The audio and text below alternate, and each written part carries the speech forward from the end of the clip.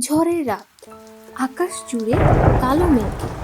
গ্রামের এক বৃদ্ধার কাঁচা ঘর বৃষ্টিতে ভেঙে পড়ে। অন্ধকার কোণায় বসে তিনি শুধু কাঁদছিলেন। ঠিক তখন এক যুবক লণ্ঠন হাতে ছুটে আসে। তার মাথায় ছিল টুপি। আরেকজন আসে গলায় রুদ্রাক্ষ পরে। কিছুক্ষণ পর আসে এক তরুণ, হাতে ছিল ছোট্ট ক্রুশ। কেউ কোনো কথা বলে না। কেউ ভাঙা চাল ধরে, কেউ পানি ফেলে, কেউ চুলায় আগুন জ্বালায়। বৃষ্টির শব্দের মাঝেও মানবতার দৃশ্যটা ছিল সবচেয়ে সুন্দর। রাত শেষে বৃদ্ধার সামনে রাখা হয় এক থালা গরম খাবার।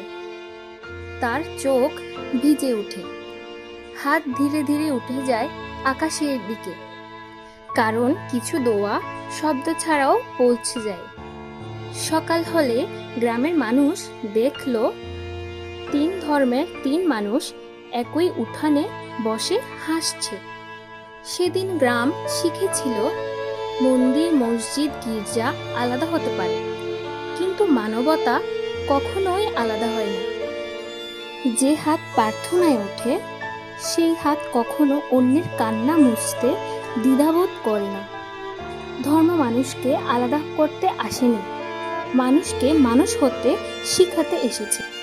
আমাদের গল্পটা যদি আপনার হৃদয়ে একটুও দাগ কেটে যায়, তবে এই চ্যানেলটার হাতটা ধরে রাখুন আর সাবস্ক্রাইব করে পাশে থাকুন।